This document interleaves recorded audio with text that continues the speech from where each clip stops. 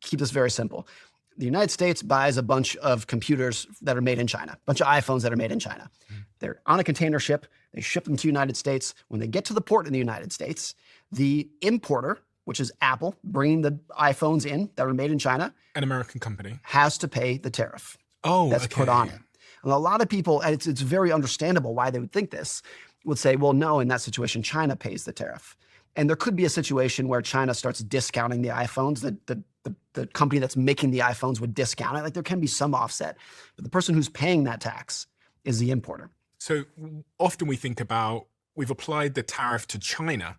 Right. So what's happening is China having to spend the 10%, or I think the tariff currently is like 125, 145. 145%. The number doesn't matter because trade will just stop at those levels. It just won't happen. So if Apple import an iPhone now with that tariff level, then Apple would have to pay the 145% when it arrives at the shore. Correct. Of the United States. I mean, here's an example that most people will understand. Sales tax.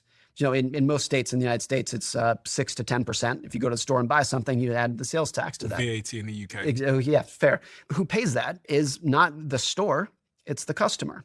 So even if the tax is put on the seller passes it on to you, the customer, and it says right on your receipt, you bought something for $10, and then there's your sales tax, and here's what you're going to pay in the end.